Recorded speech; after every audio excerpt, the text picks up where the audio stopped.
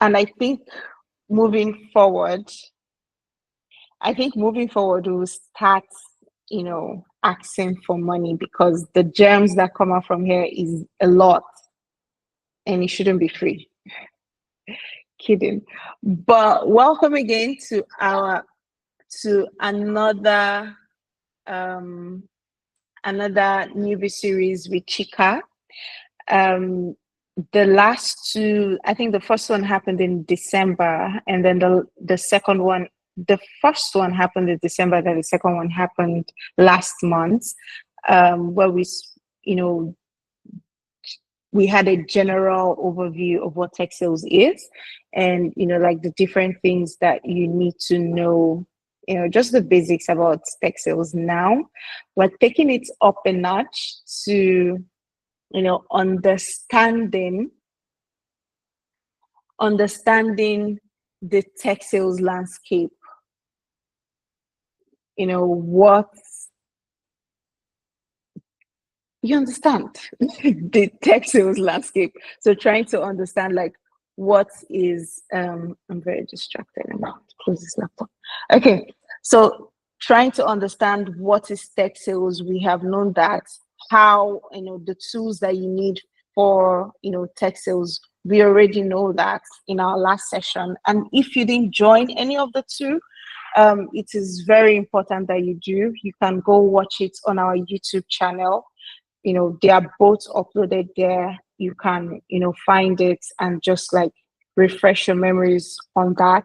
It is very interesting and power packed. So this time around, we're taking it up a notch to understand the landscape of tech sales, the things that make up the tech sales as a career, and as a role. So before I start talking too much and I start biting my tongue, I would like to pass on the mic to Chika, who has graced us with his face. Hi, Chika. Welcome, everyone.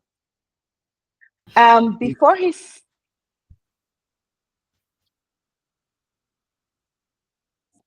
If you have any questions, you can either drop it on the chat or write it as a note. We're going to have a time for everyone to ask their questions. But for now, if you have questions, you can drop it in the chat, or you can write it down on your personal notes so that when the time for questions has come up, you can come off mute and generally just share your questions. So let's get this rolling.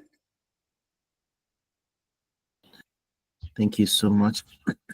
I'm happy to be here again. How many of us are here? Okay, we're 10. Not much today. Okay, but the ones that missed the session can watch, and I'll also, as usual, share the PDF of the slides so that maybe you could read again. It will make more sense and it will sink into your minds. So let me just go ahead and share my screen and then we can commence. Hope everyone is feeling good today. Or are you guys too tired from the day's activities? Before we start, I want to hear from one or two people how you guys are feeling before. If I don't hear from at least two people, I'm not starting. I'm not going to call anybody's name. You could just go ahead and unmute yourself and tell us how you feel. 2 people only. Okay, Glory says, I'm well. Okay, let's take that. So it's remaining one more person. Just tell us how you feel. Tell us what's on your mind, whatever. No answer is right or wrong. Hi, Chika. Good afternoon. Hi, Emenike. I'm doing well. Today has been good. How is it going on your end? Going well. Thanks for asking, and I'm glad today is going on well. I'm glad that you're feeling good, and I'm looking forward to having this conversation with us today. So, what we're about discussing today, for some of you that are already in tech sales, you guys might know it already, but it's all about strengthening what you already know and reminding yourselves what you already know. And maybe there are some things that you need to unlearn all of us here, we're all a work in progress. We all learn them. And for the ones that we know that this is right, we want to see how we can continue doing it. So, if you've got questions, just so that you don't forget the question, you might want to drop it in the chat so that at the end of the session, we'll go discuss it.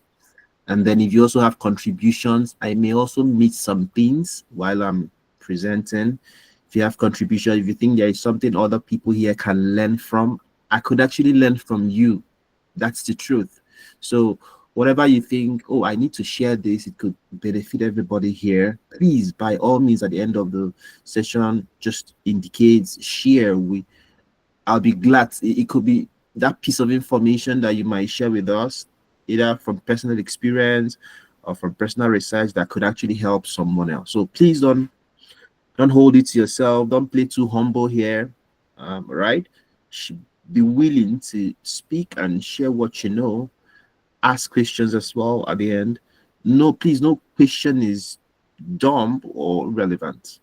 All questions will be attended to, no matter how complex or simple it is. Okay, so please bear that in mind. All right, we just want to promote an environment that everybody's free to express themselves, to be themselves, and not be scared of making mistakes. It's part of life, so nobody's gonna laugh at you, nobody's gonna think you should know this or you should know that, right? And this is not just for this session, it's for subsequent sessions. We don't expect you to be Albert Einstein to know everything, so just feel free, be yourself. Nobody's judgmental here, to the best of my knowledge, and that's how actually we want it to be. All right, let's just jump in without so much.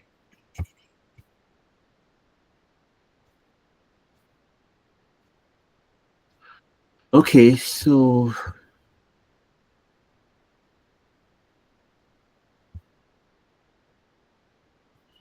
all right, so so this series we've been having, it's basically tech sales going deeper. So the previous sessions we've just taken tech sales from a very aerial view, from the periphery, but right now we're trying to break it down and go granular and look at the components of things that you need to know or skills you need to have for you to either start your career in tech sales, or if you started already, to excel. I want to start with 2 skills, right? Subsequently, we'll look at other skills, we'll look at other tools, we'll look at a lot. There's so many things to talk about in tech sales. It's a whole lot. But the road is very far.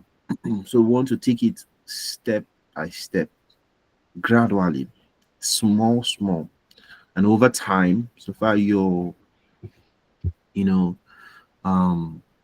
willing to apply these things. Before I don't know how many of us know the law of compounding. So the little every day, if you learn little, it keeps adding up, right? You might not even know. It's just like what they say, that little drops of water forms an ocean. You might not know every day a drop, or every minute a drop. Before the whole day, you might think it's a little, it's insignificant, but over time you see that every day you've been learning starts adding up. So today we'll look into communication, prospecting, and research skills, and how we could develop these skills, why it's important. At some points in our discussion, I want to take a little different approach. When we discuss one, we'll just probably pause and feel the pulse of everybody, ask everyone how we think we could actually apply this.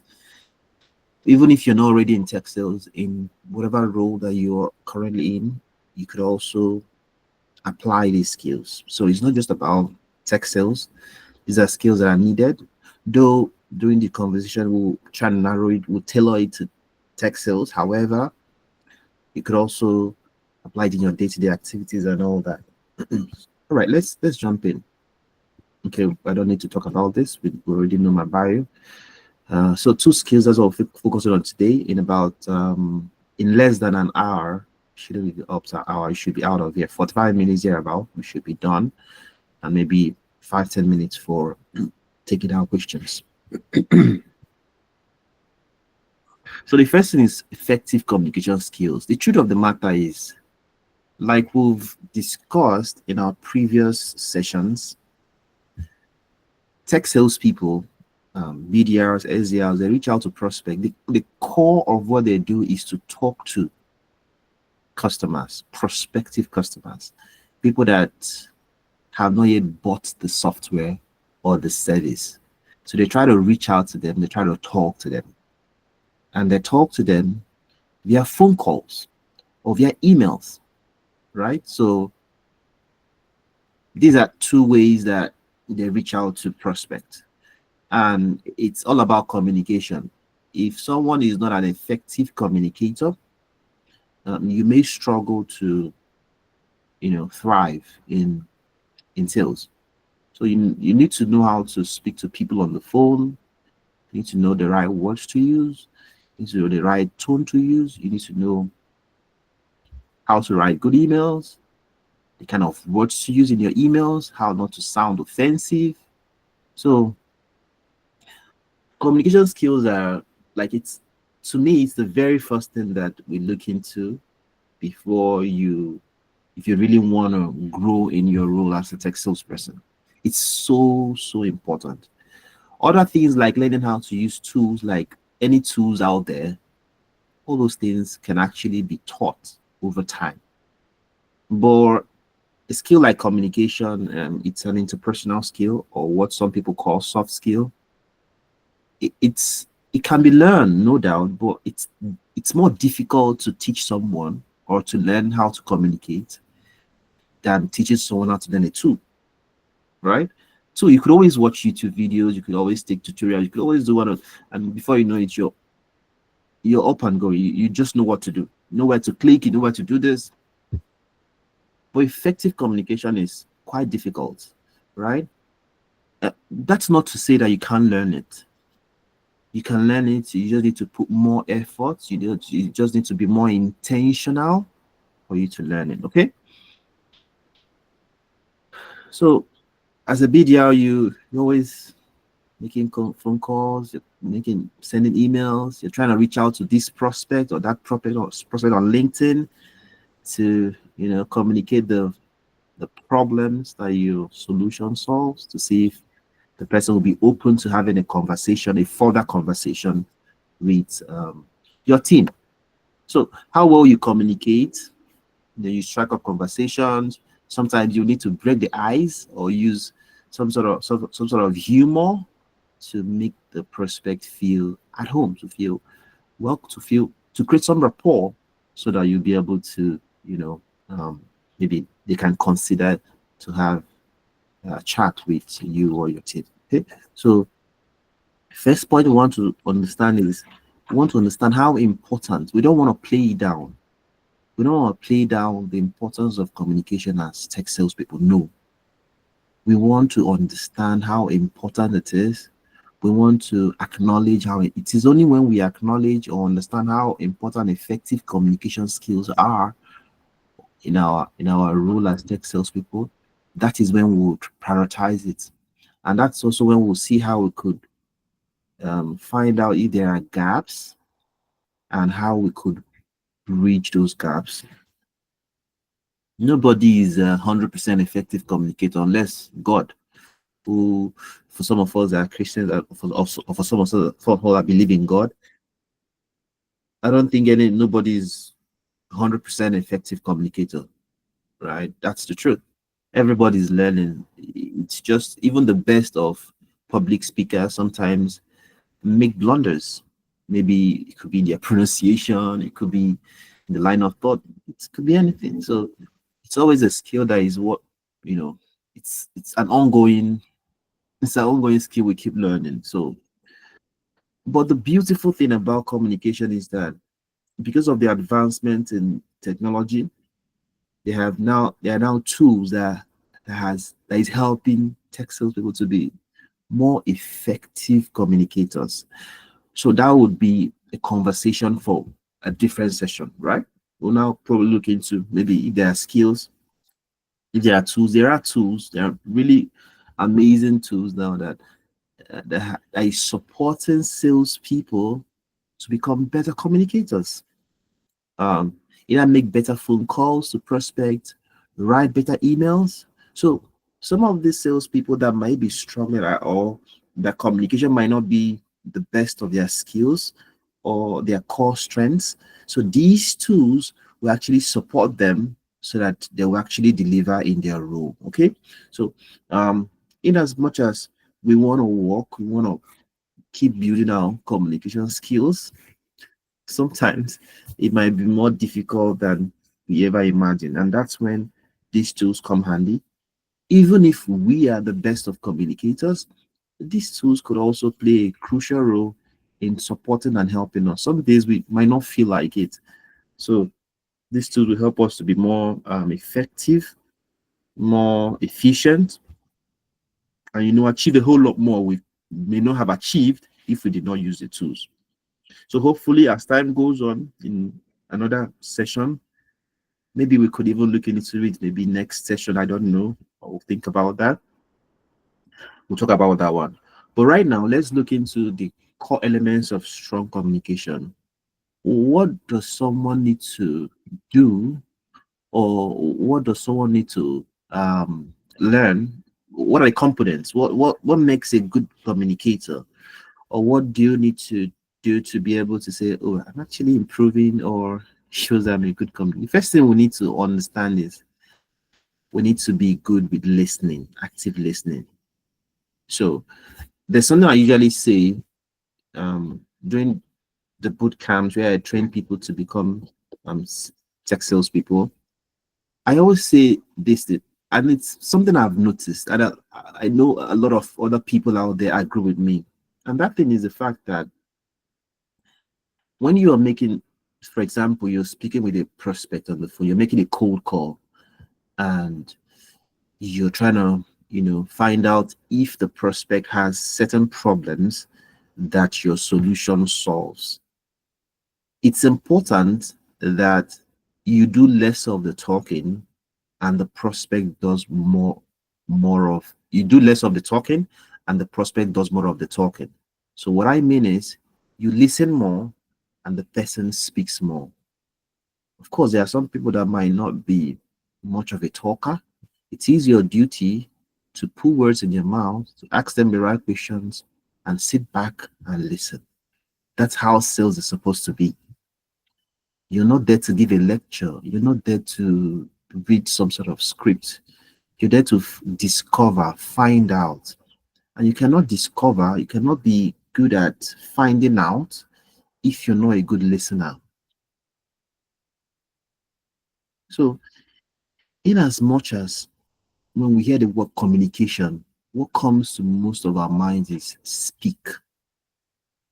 Speaking is not the major component of communication, especially when it comes to sales. So the first thing we want to learn is the art of listening, active listening. So active listening means we want to be involved in the listening process. I want to help that person know that we are involved, we are invested in understanding what they are saying. Personally, I'm not a natural listener because I'm a yapper. I talk a lot. I enjoy talking. I enjoy speaking. I enjoy sharing knowledge. So sometimes it could be a big struggle for me to listen. However, I'm constantly working on just shutting up my mouth and hearing people speak. And it's something all of us want to keep working on. So the first component of strong communication that we're learning now is we need to be active listeners, right? Salespeople want to listen more and speak less. It is when you're listening that you'll be able to take down the points that the person is speaking and use it to win them over. When you don't listen, you will struggle. You just basically have some preconceived ideas, preconceived things you want to say that does not relate to the prospect. However, but when you're listening, you're able to know, okay, this thing I was actually thinking, it's not actually what it is. And then you can steer the conversation the right way it should go and look at how you could align your solution to the problems of the prospects. So we want to be better listeners, active listeners. When we're listening, for example, when you're listening on the phone, active listening means that you say some words to show the person that you're actually listening. Okay, something like, okay, filler words, because the person can't see you physically. The person needs to be sure that you're actually there, you're listening. You want to use filler words like, okay, oh, really? Just so that the person knows that, oh, this guy is actually listening to me. If you're seeing the person physically, maybe you have a Zoom call, you want to look at the person. You don't want to, the person is speaking, you don't want your eyes to be away, or you're busy looking out for something. It doesn't show good listening skills. You want to look at the person, you want to nod, you want to smile, shows you're active. That's the active, that word active there. You're not just listening passively, like, I'm just going to listen, so that you don't think I'm not listening. We want to, as tech salespeople, want to be active in our listening process. We want to show with our facial expressions that we are listening. Okay, it goes to it sends a message to the prospect that we're actually interested in them, or in their problems, or in whatever they are saying. The things they might say might not really make much of a sense to us, but we don't want to show that. We want to show them that we value what they say. And the next component of effective communication is clear messaging. Now, this is so important because a lot of people are so consumed with being ambiguous. They want people to know that they are super intelligent. Sometimes they want to show off. And in doing that, they ruin everything. So effective communication involves that we are simple in what we communicate. The essence of communication is understanding. If you're saying something and the other person is not getting you because you're using some complex words, in sales we call it buzzwords. There's no of what use would it be that you're using big words and the person does not get you? And this is so common in corporate world, where you're having meetings, they're throwing buzzword around just to show you that they've had 10 years of experience in this or that. Come on. So it's important that as salespeople, we want to simplify our message to the simplest form, like the minutest form. When you're selling, you don't want to write something or say something the prospect does not understand. In fact, if you have your ICP, you know this particular company is a perfect fit for your solution, or you know this persona is the right persona you're supposed to talk to, but you're not clear in your messaging, you're not specific in your messaging, you're not hitting the nail on the head in what you're saying or what you're writing, it might ruin all the whole work you've done. So what we want to remind ourselves or learn is that we want to be clear in what we are writing or what we are saying. We want to use simple words that they don't need to think about what's this person trying to say. We want to say that thing in a way that a 5-year-old child will be able to understand that thing. If you cannot explain the solution you're selling to a 5-year-old child, you might need to go back to learn more about that solution. We want to show that we are human. In the world of where AI tools are surging, it's easy for people to, especially when you're writing, even when you're speaking now, a lot of videos now are AI generated. So people need spectacle for them to be sure that, okay, it's actually human that is talking. Even in meetings now, there was a tool it was was it 2 weeks ago or so? I've forgotten the name of that tool, but it's a huge tool. So the tool, what it does is there are people that want to be at meetings, but they don't want to on their camera. So the tool, generates your face, like your face, it's like your picture. You're in a meeting, virtual meeting or Google Meet or Zoom, but it's not you that is there. You might actually be taking a walk and you have your earpiece or your headphone. You might be walking out in the gym. You might be doing something else and you're speaking. And the people in the meeting see that they think you're there, but it's not really you that is there.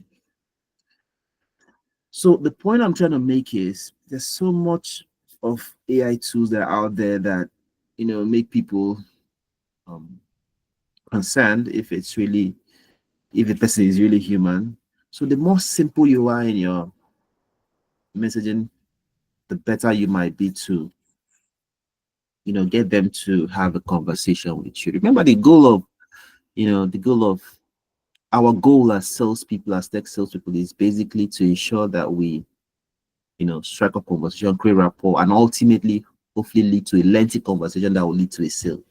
So those things that you think that would impede or make it difficult for you to move through the funnel, take the person from one state. Why would you make things stressful for yourself? Why?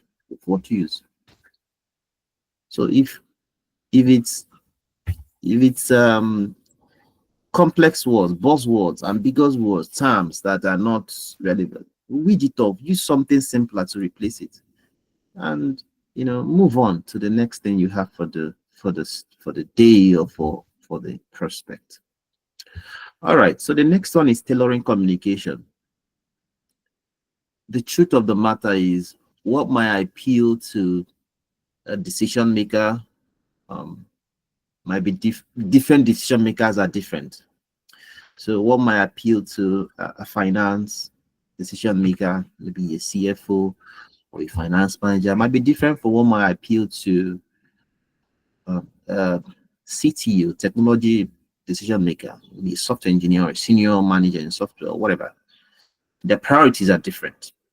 So because of that, you want to tailor it to different audiences depending on who you're selling to. Okay, it's very important. So that will involve adapting your language, your tone, and examples. While the CFO is more interested in, cost, the CEO might be interested in, maybe expansion, acquiring new users, things of that sort. They might not be so interested in the cost. So these two personas would that's if your solution cuts across different departments. There's some solutions that are really specific on the persona you sell to. You don't want to sell to any other person outside that persona. So in such situation, it makes your work a lot easier. Or if you're trying to talk to people from different departments, different titles, you might want to ensure that you tailor, give this person, what they usually say in the Bible, give Caesar what belongs to Caesar. That's what we're trying to replicate when it comes to communication. So if you're speaking with the CFO, the person is more interested in, okay, how much can we make or how much can we save? Communicate that way to the person. If you're speaking to the CEO and you're talking about, okay, would it help our business to grow? Communicate that way to him. If you're speaking with that way, tailor your solution to what suits each of those audiences. That's what we're talking about. So the next one is objection handling. Now, of course, communication also involves knowing the truth of the matter is we all believe by default, when we are selling a solution, we believe our solution is the best solution in the market. That's the truth. If you've not come to that realization, then you need to have, if you're selling a solution, or let me be more general. If you're working for a company, by default, that company is the best company in that industry. If you've not had this at the back of your mind, please, from today henceforth, adopt it. If you're giving an employment letter and you start working for the company, automatically, even if the company might not have the best of product, automatically to you, that's how it should be. Ideally, that's how it should be. That company should, right? Now, when we believe our company or the product we are selling or the company we work for is the best, it will reflect in how we communicate. Like it's natural, it's just how it is. It happens to something happens to your psyche. That's the truth. If you do not believe that the product you're selling or the company you work for, every company has flaws and where they're not doing so well. We know that. But if you do, it's something that it's a brand thing. If you do not believe that that company is actually a great company, not minding the flaws, not minding where they're not doing too well, it would affect the work you do. I'm not kidding you right here. This is facts. I'm telling you. It's even better you leave that company if you know that you cannot reflect on the work you do, right? And as salespeople, you need to look for a way to love, maybe not the product entirely or the service entirely. You need to look for some elements of the product or that service to fall in love with somehow. It just has to happen. It might be features of the product you do not like, but find some features you like. Now, when you find it and you're connected with that product, it reflects on how you sell. Now, what happens in most situations is when users, especially this happens to um uh more of newbie sellers, okay? So when they love a product, their product, and they're selling it, they're communicating it, they know this product is actually amazing and it could solve ABC problems for our prospect, and they're communicating that to prospect. And the prospect, being how they could be very naive. In fact, the truth of sometimes prospects don't even know what they want. They don't even know the good thing for their companies. That's the truth. That's the sincere truth. And we know this person is wrong. We know this person doesn't even know what will benefit them. We know because ideally we're the subject matter experts. And the person is, giving you some uh, objections that might not even make much of sense. And for more ramifications, you could actually solve their problem if they buy from you guys or something like that. But or the objection comes. So sometimes how you handle it, you might be hot. That's the truth. Say it hurts people, especially when you know that, man, I on a normal day, this is a piece of the cake, or we should actually get this, and it doesn't fall, but it hurts, especially when the objection is not really something tangible, or maybe when they go with a competitor. So now, where does communication come in? Communication comes in how you handle that objection. In as much as you did not go your way, did not go how you wanted it to go, or they're raising some objections, things that how you speak, you don't want to let them know that you might be boiling inside, but you're still smiling. You're still, trying to understand them. You're still responding with empathy. You're still explaining how it could still help them. So, communication, effective communication is also important in objection handling. How you respond, how fast you respond, the words you use when responding. They might even say things that they know um, is bad. They might even see, the truth of the matter is sometimes prospects insult or they use words that are derogatory. Imagine if you respond in such derogatory manner, right? He takes a hit on not just us, but on the brand we represent. So effective communication involves the fact that you don't give it to them the way they're giving it to you. You also want to respond in a way that, of course, you want to respond in a way that you're asking for respect in a very respectful way, basically. You're standing firm, however, you're not using derogatory words just like the way they're using that too. So that way, you're using effective communication, you're communicating in a much better way. And sometimes it might involve you reframing the conversation entirely, taking their minds away from where they're going to somewhere else altogether. Sometimes it will even involve they're asking a question. You don't know that question. And that question is an objection. Effective communication might involve you stylishly taking their mind away from that place they are going to, that you don't have sufficient information, or your product has a flaw in that area.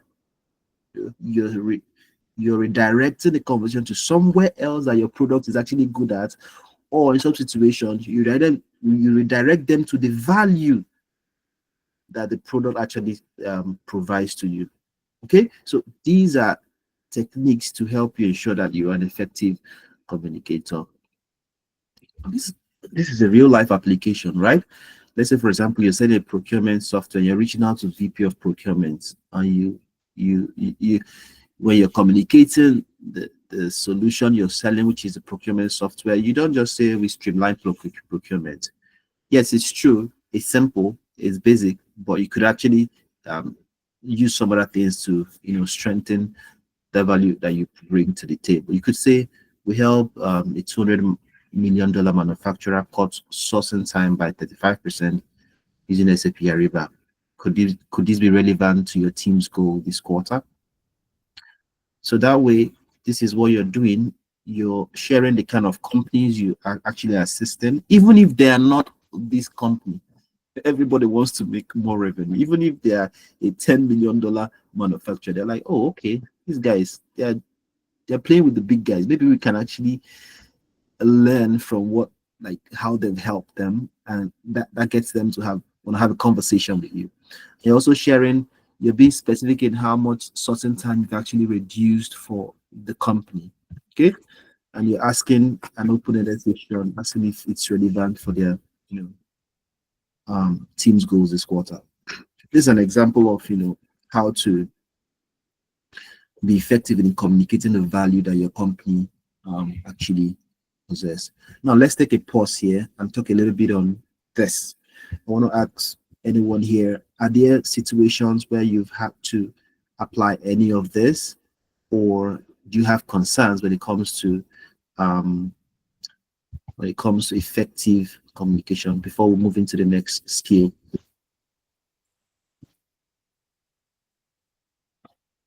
If nobody starts talking, I'll start calling us by name one by one. So someone should just, anybody can share with us, how anything basically. It could be how you've applied this in times past. It could be what you found helpful when it comes to communication skills. We're open to learning from one or two people. If nobody talks, I'll call you. Can anyone hear me? Yes, we can. Okay, so I'm going to share a little bit about myself Thank you. and my work. Thank you.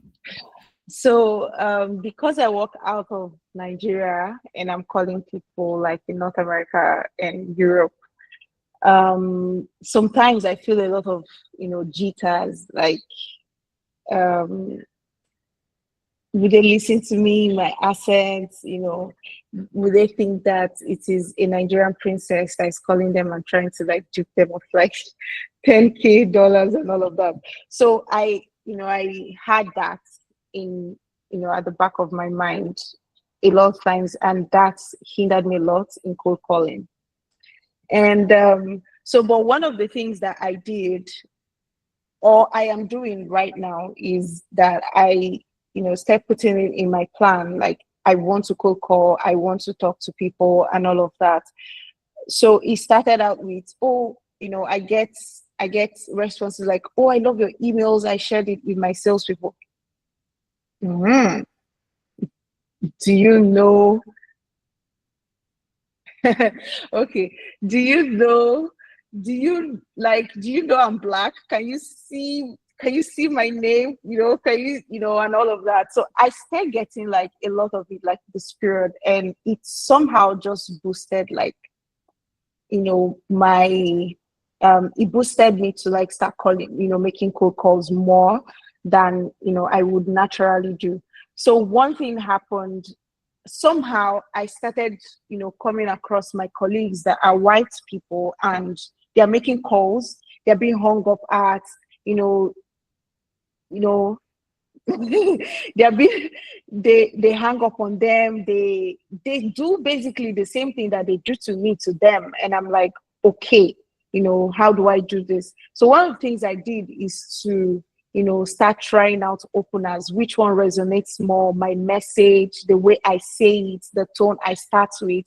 My manager is Brazilian, so English is not even her first language, and while she was an SR, she calls a lot. So I'm like, English is my first language in Nigeria. I was colonized. So why am I not doing more of this? So I started calling, I started calling more. I started like when somebody like talks to me and I don't change my accent, sincerely, I use my Nigerian accent. I'm like, hi, this is Akachi. How are you doing today? Stuff like that. And yesterday was like one highlight for me. I got people on the phone and I had lovely conversations with people. Like they were not ready to buy, but the conversation was so good. And I'm like, why was I running away? I just needed to like understand that these people are human beings and basically like just speak to them like they are human beings, get to know them, get to really understand their business and how it's going. So yeah, communication. Thank you. And don't be scared. Thank you so much for sharing that. Appreciate you bailing out everyone here. She will not always bail you guys out, so everyone should be ready to tell us one or two things. All right, so let's continue. Let's continue. Let's stop. Okay. So let's move on to the next skill.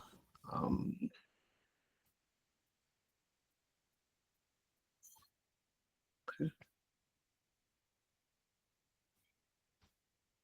So the next one is prospecting and research skill. Now we're done with communication. Another key skill that we need to excel in the tech sales role, in the general sales role, basically, not just tech sales, is prospecting and research skills. Very important, very key. In fact, if this is not done well and you're communicating to the wrong person, it's it's not gonna work. But if this is done well and you now communicate to the right people, it's much easier for you to get results. For some of us, I don't know what prospecting means. I'll just use one sentence to explain. Prospecting simply means finding out the people you're going to sell to. Just finding the people you want to sell to. That's what it means. As simple as that. Researching means finding information about those people you're going to sell to. Okay? So when we find the people we're selling to and we find information are just little piece of it. We're not talking about the research you're talking here. It's not the research you did in university. No, that's not what does.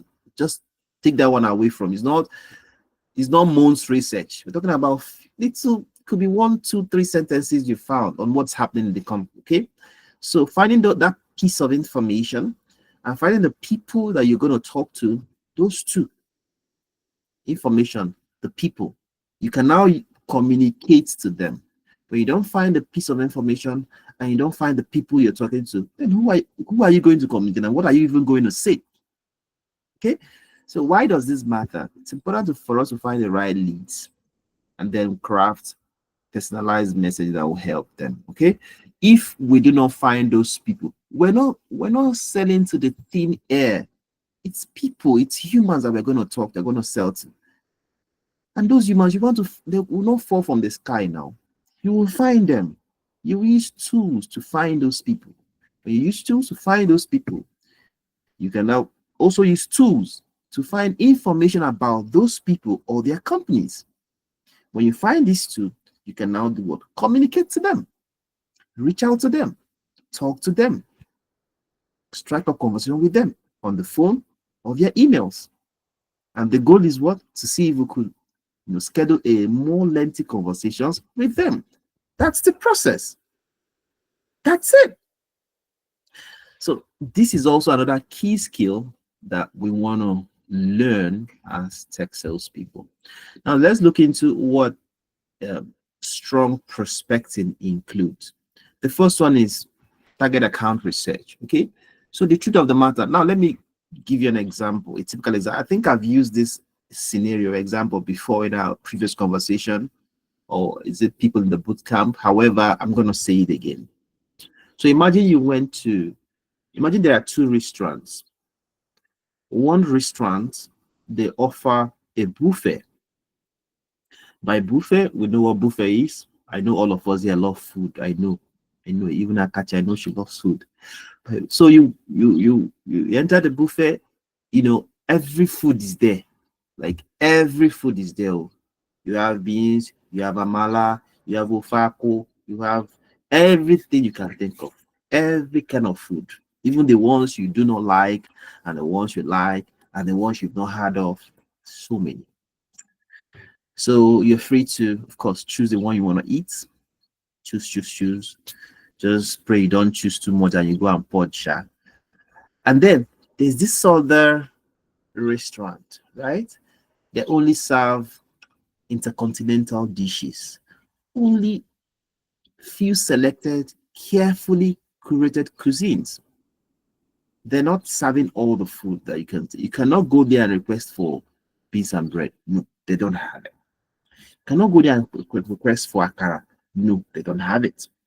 You cannot go there and request for amala. No, they don't have it. You cannot go there and request for some kind of food. They have a menu. They have a carefully prepared menu. These are the kind of food they serve and drinks they serve. If anything that is outside that menu, they do not offer. Now, this example helps us to understand the process of target accounts. Now, both restaurants are good. I'm not trying to castigate or relegate any restaurant over another. Two of them are great kind of restaurants. In fact, I could even go to two of them. I might go to this one on Monday, then Friday I'll go to this one. So, but that one that has the carefully curated meal or menu, intercontinental dishes and drinks, is like that company that has a target account, right? They are prioritizing those accounts. Those accounts are the accounts they are super interested in because it fits into their ideal customer profile, right? Whereas the other restaurant that offers buffet caters for everybody, almost everybody out there, because they don't have a menu, they don't have a target account. We do not want to become like that company that caters for everybody. We want to be like that company that has a target account, an ideal customer profile, accounts that fit the kind of companies they would love to have as customers. Okay, so understanding this analogy, understanding this example will help us know how target account works, how ICP works. That restaurant that has a menu is like that company that has an ICP, that has a target account. These are the people that we are actually, that restaurant is like saying, oh, if you love this food, it means that, oh, you love us. You will come to eat at our restaurant. That's what it means. But if you do not love this food on our menu, I don't think you might like our food or you might like to visit us. Whereas the other one is like, everybody can come. Right? There are some products like that actually that everybody can actually come, and it's not bad. However, in the tech sales space, in the software sales space, the best kind of companies are companies that have, in fact, that's how it's even supposed to be. They have an account, a list of accounts that they want to actually serve. All right.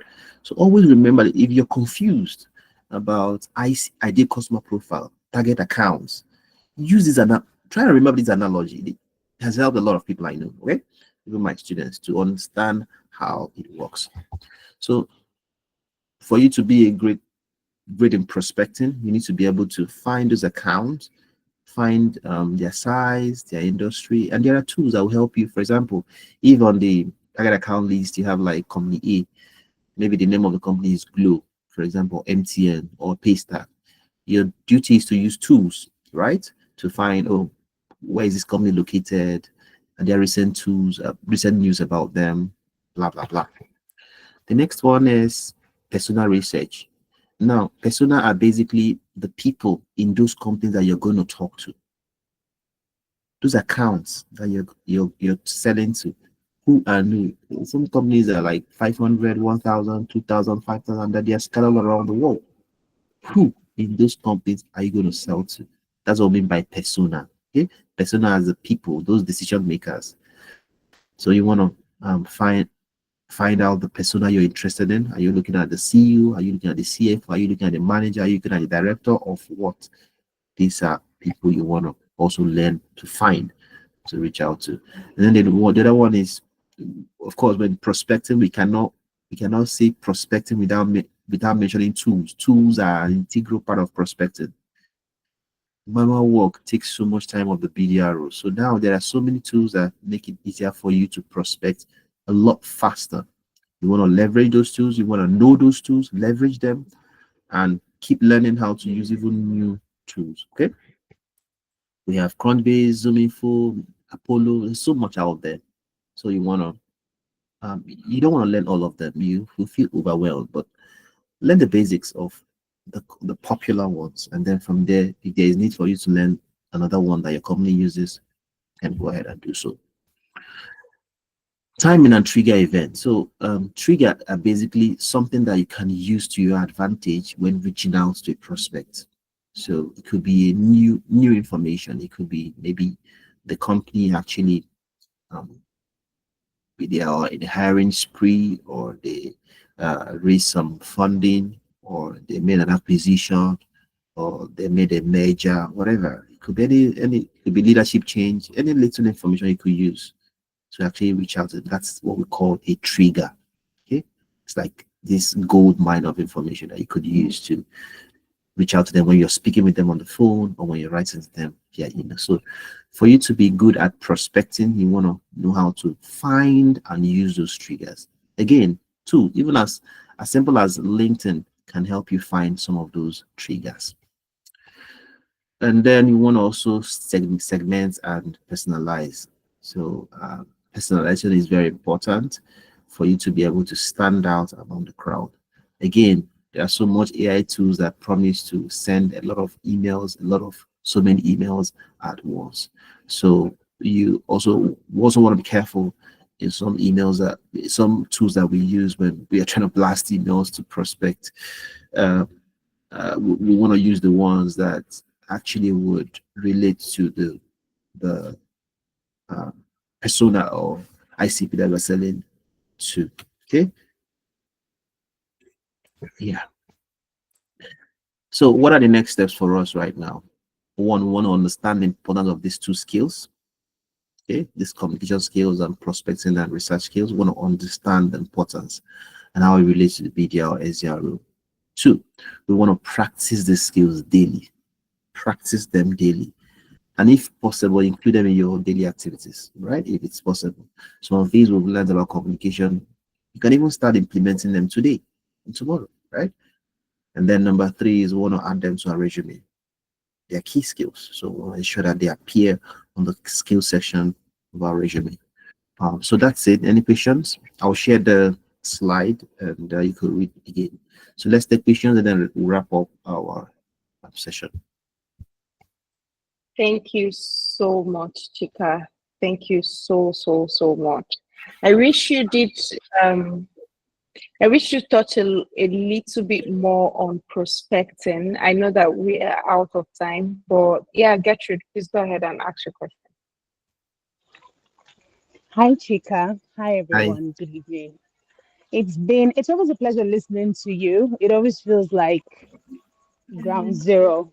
And to be honest, you never get to a stage where you feel like you are above new information and learning. I didn't even know that what you just described is called trigger events, but it's something that I've leveraged over a period of time. I remember while I was at RiseVest, I would intentionally reach out to fintechs that just raised, or businesses that just, maybe they just announced that some funding came in, I will reach out because I know that, yes, you guys have excess money and you have some money to put away, especially money in USD, which was the currency Rice Vest used to, not used to, still invest in. So, yeah, thanks for sharing that. So, my question is, based on what you've described with trigger events, I would like you to clarify on how it applies to products. So I mentioned already with Rice, it was easy to reach out because a business raised or a startup raised, and you know that you're a fintech. So what if it's an ed tech? Do you just reach out to them because they raised? How do you then navigate the conversation if the value add is not based on what happened, based on that event that just happened? I don't know if you get what I mean. Yeah, it's a Yes. very brilliant question. Very brilliant.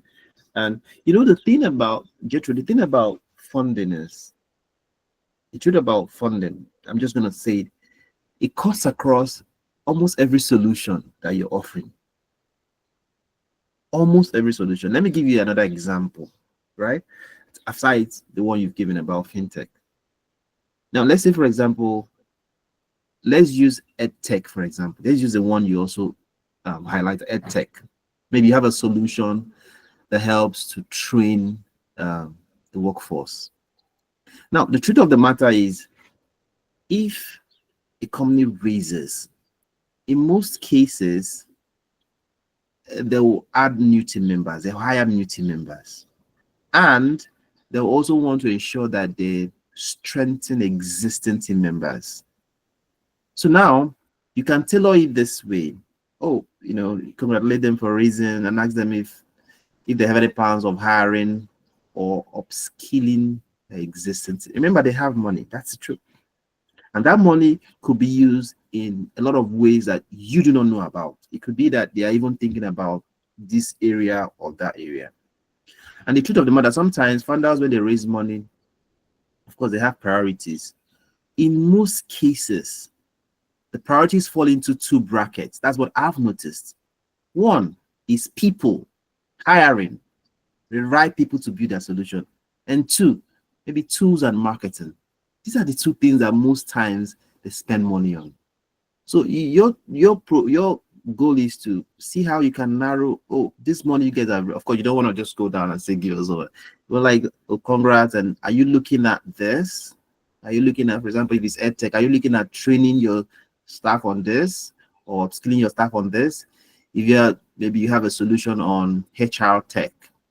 Oh, are you looking at hiring number of people in this? We could help.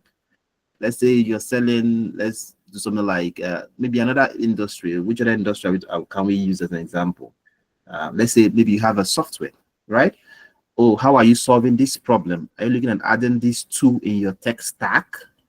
Remember, they have money. So the question is all about, are you willing to use this money to maybe add a new tool that will help you to solve this problem?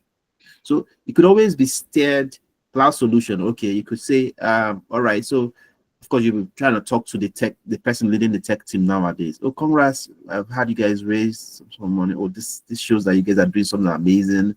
I was wondering if you guys are struggling with expanding your cloud storage, something like that. Are you looking at buying more or moving to a more better vendor that will ensure that your data, your cloud data or whatever is actually secure? You're actually selling your cloud solution to them because they have money. So that way you're able to tailor it across any solution that you're offering. I don't know if that was helpful.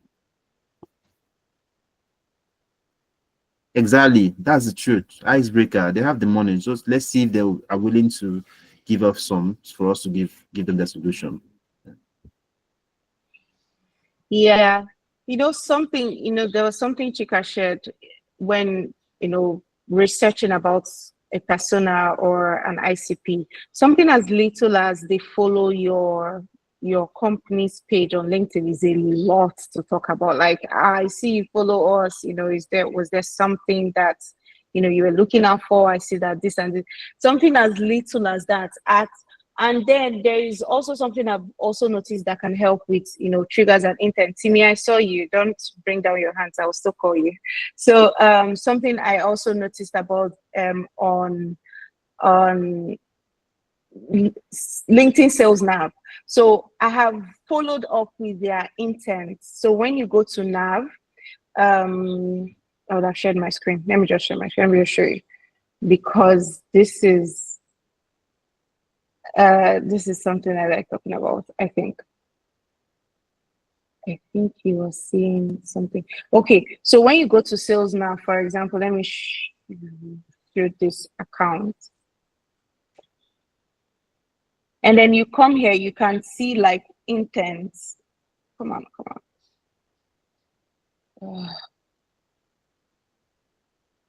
Sorry, it's taking a lot of time, but you will see intent. There are some on moderate, there are some on high intent. That is those things, those intents are taken from the research that you can see. These companies are moderate. They are taken from the research the company does. If they liked, your company's post, if they are viewing your company's, your colleagues' profile and all of that. So those things are, that particular thing is a germ. It gets better by the year. I remember when in 2023 it wasn't so strong, but right now whenever I see an intent, I just I'm like go, like it's hot like right now.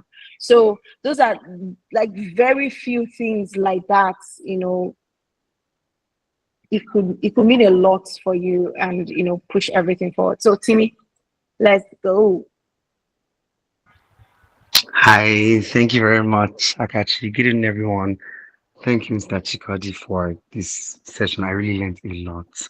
Right, so I wanted to ask, because there's been a lot of conversations, especially in the tech sales space, right, about permission-based openers. So I wanted to just hear from the team.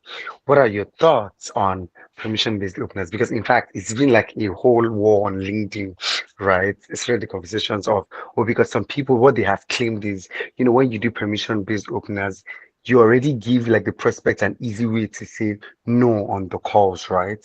So I wanted to know, for Chikodi, for Gertrude, for Akachi, what are the trusted methods that work for you when having when you want to start out conversation on cold calls? Yeah. It's a very not beautiful question, to be sincere. And like you said, it's been this argument has been existing for a very long time. And personally, most times I use permission-based opener. That's the truth, right? Especially the fact that it depends on the individual. Some people don't use permission-based opener and they're successful with what they do. And some people use permission-based opener that are you open to a few minutes to talk, and it works for them. So for me, I use permission-based opener. It doesn't mean I use it for every call. Some calls I just go straight to the point. Oh, are you facing this one or two challenges, and have you been able to solve them? Blah blah blah. And sometimes I'm like, okay, you know what? Let me use a permission-based opener. But over time, it's always 70% of my intro is always permission-based opener, and then 30% just go straight and just say what I want to say, and if it catches you, good. If it doesn't, just call the next person. So it works for me. Sometimes it doesn't work as well. So you might need to try the both and see the one that works for you. But most people that say they use permission-based opener have been able to, have good conversations. Is it about mindset? Is it about trying? Is it about what works with your your existing skills, and also the kind of persona you're speaking to? There's some personas that are a bit more open to permission-based, and they appreciate if you ask them, and others are like, just tell me what you want to tell me. I don't know. Some CEOs might just want you to just go straight to the point and tell them, whereas some other people might be more open to, asking them, are you open to, something like that. So you might want to experiment. You might want to try out the permission-based opener and no permission-based, and see maybe if there are some persona that resonate more with permission-based for your solution and for your product, and then you see if whichever one that will, work. The main thing, the goal is for find out what works for you. Okay, so try out the two and see if anyone will be able to be better for you. Sincerely, for me, it depends on how I feel as at the time when I'm making the call. So if I feel a lot chatty and all of that, instead of like doing, oh, do you have 1 minute? You picked up the call already. I just have it like at the back of my mind. You picked up a call and I've shared my name with you. There are sometimes, for example, I work with 2 companies that are a little bit known by, say 60% of the people I'm calling. For example, when I was working with a channel, NetSuite channel partner, and I'm like, oh, my name is Akachi, I'm calling from NetSuite.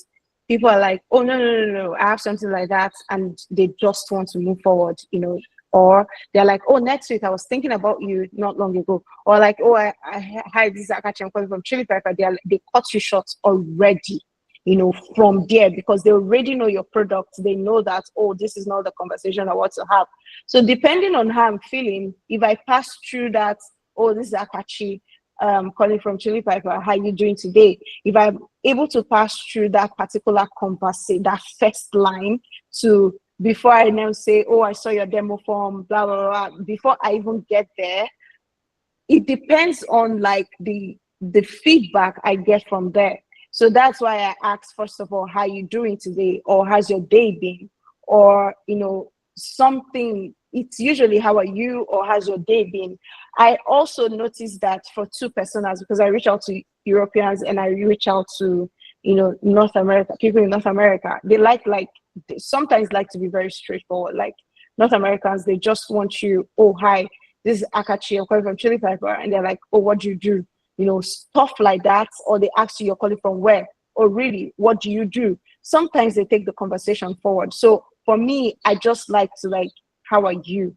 I feel like that's enough, for me. But sometimes I still do, oh, I know you're not expecting my call, but do you have like 30 minutes or 30 seconds to know why I'm calling? You won't, 30 seconds is too small. But like I said, and like Chika said, get enough data.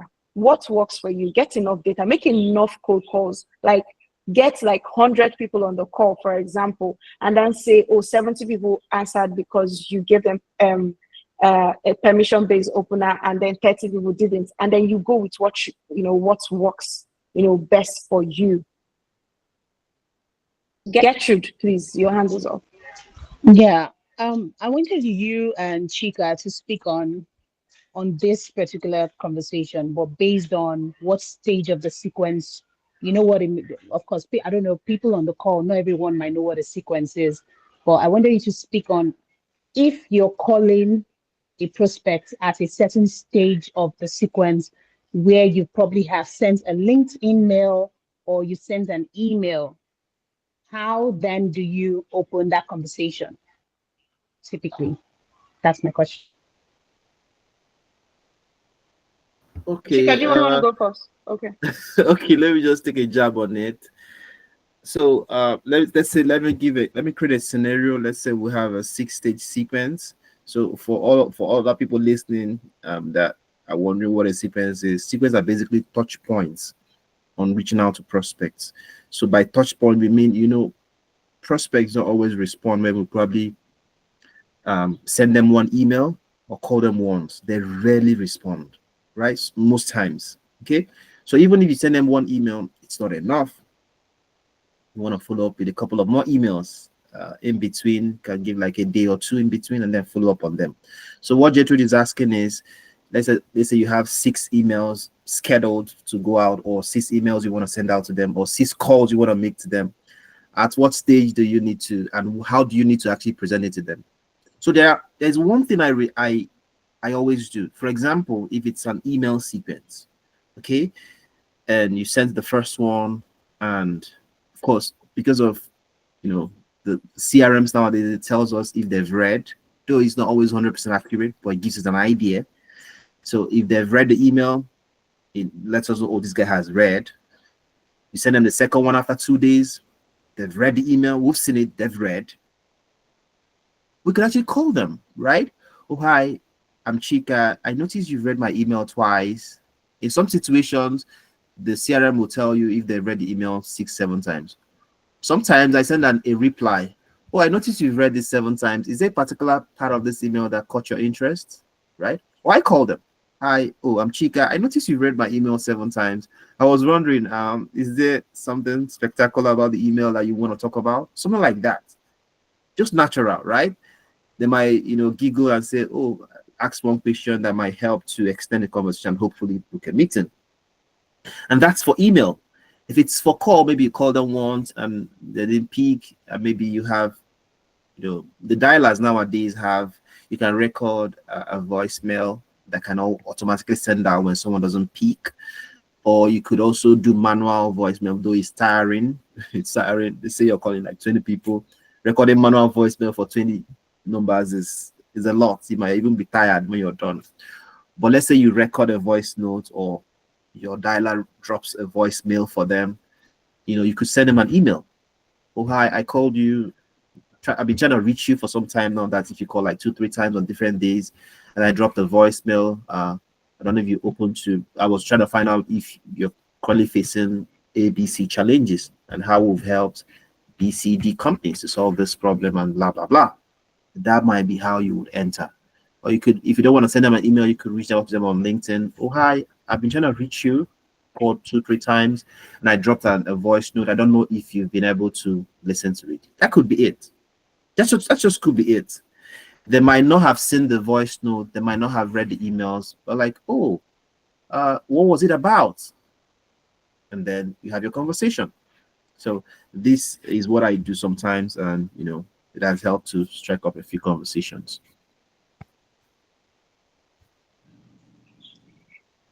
Okay, so yeah, for me, for example, there is something I tell people in sales, and that's one of the reasons I'm still in sales. It's because it makes you creative and innovative. Like, what works for A might not work for B. What works for company A might not work for company B. And all of that. For example, I have a colleague. She loves calling. She is a talker. Like, I've listened to her call and she's having a conversation with a prospect, and she's like, oh, when you're done with your nails, can you send me a picture on LinkedIn? I'm like, huh? On the call. She loves talking. She doesn't like sending emails, so she prefers to call. So she doesn't care if she has sent you an email or connected with you on LinkedIn. She's going to call you, and it works for her. So I feel like you get your own. For example, when I was working with Nigerian companies, because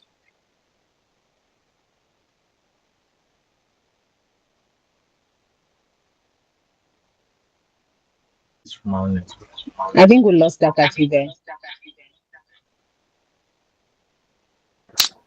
Yes, I can't hear anymore.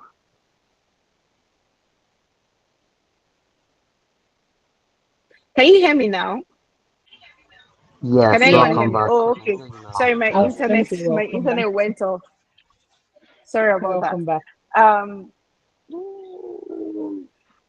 Can you hear me now? Yeah, we can hear you. Yes, we can hear you. Oh, Yes. sorry about that. Okay, so it logged me off and brought me back.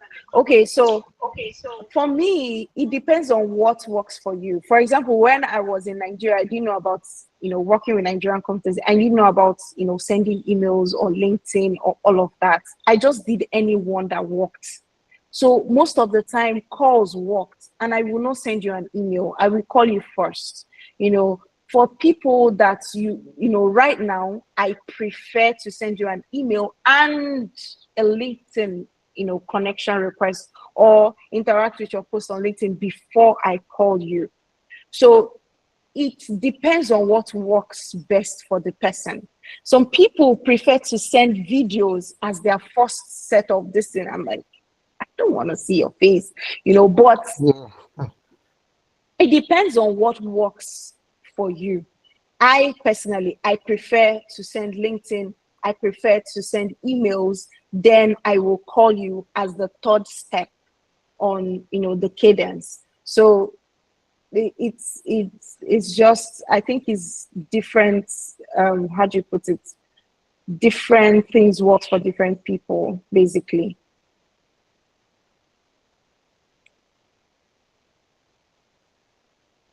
This has been awesome, and I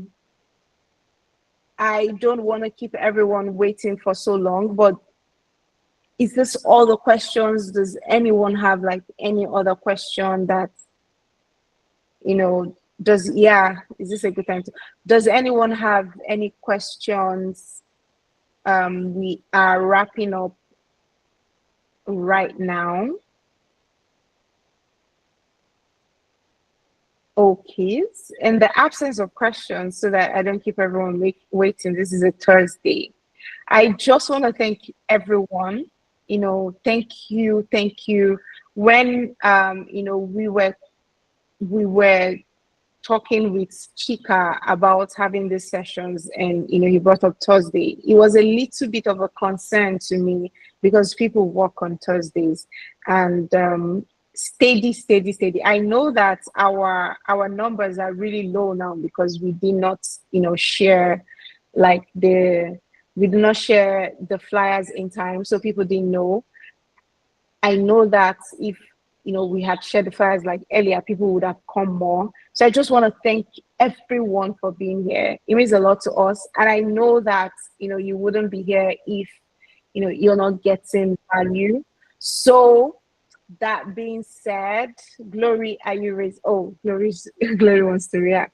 Okay, so that being said, if you're not you're not yet a member of TSN, could you please go here? Gertrude, can you talk while I get the links, please? Yes, please. Thank you, Akachi. This might be the wrong time to say this, but I mean, as a salesperson, you need to know when to snag every opportunity to sell. So Hertitude is on Saturday, and we are in partnership with the Tech Sales Nexus community. You can attend Hertitude on Saturday if you use Tech Sales Nexus's discount code. Kindly go through the communities. I don't know exactly where that was posted. We'll share it. We'll share it again. Yes, please. It's on events. Oh, thank you very much, Akachi. It is a very good event for each and every one of us to attend.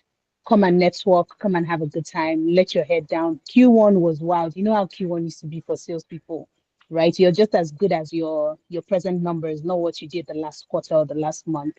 But let's come on and have a good time. For the guys here, get tickets for your girlfriends, for your wife, for your sisters, even your neighbors.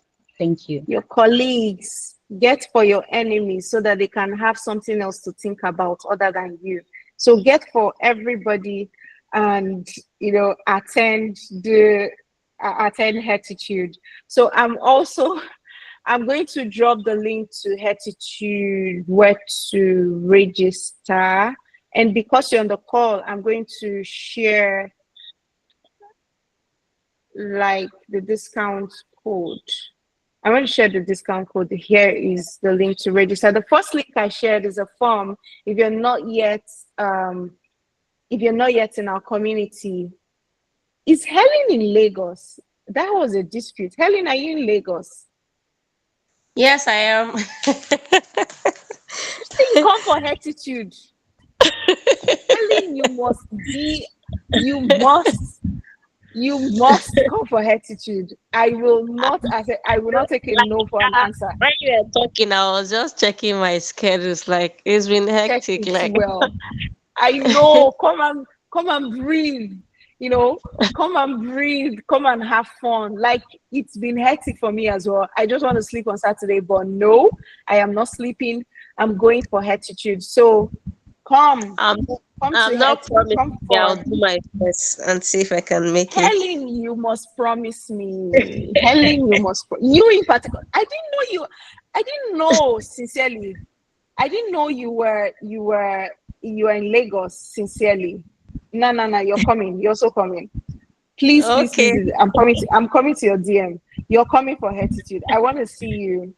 I want to All see right. you at Hettitude. Also, that Saturday, sure, Chika, you can jump. We're just Bye, Chika. Thank you.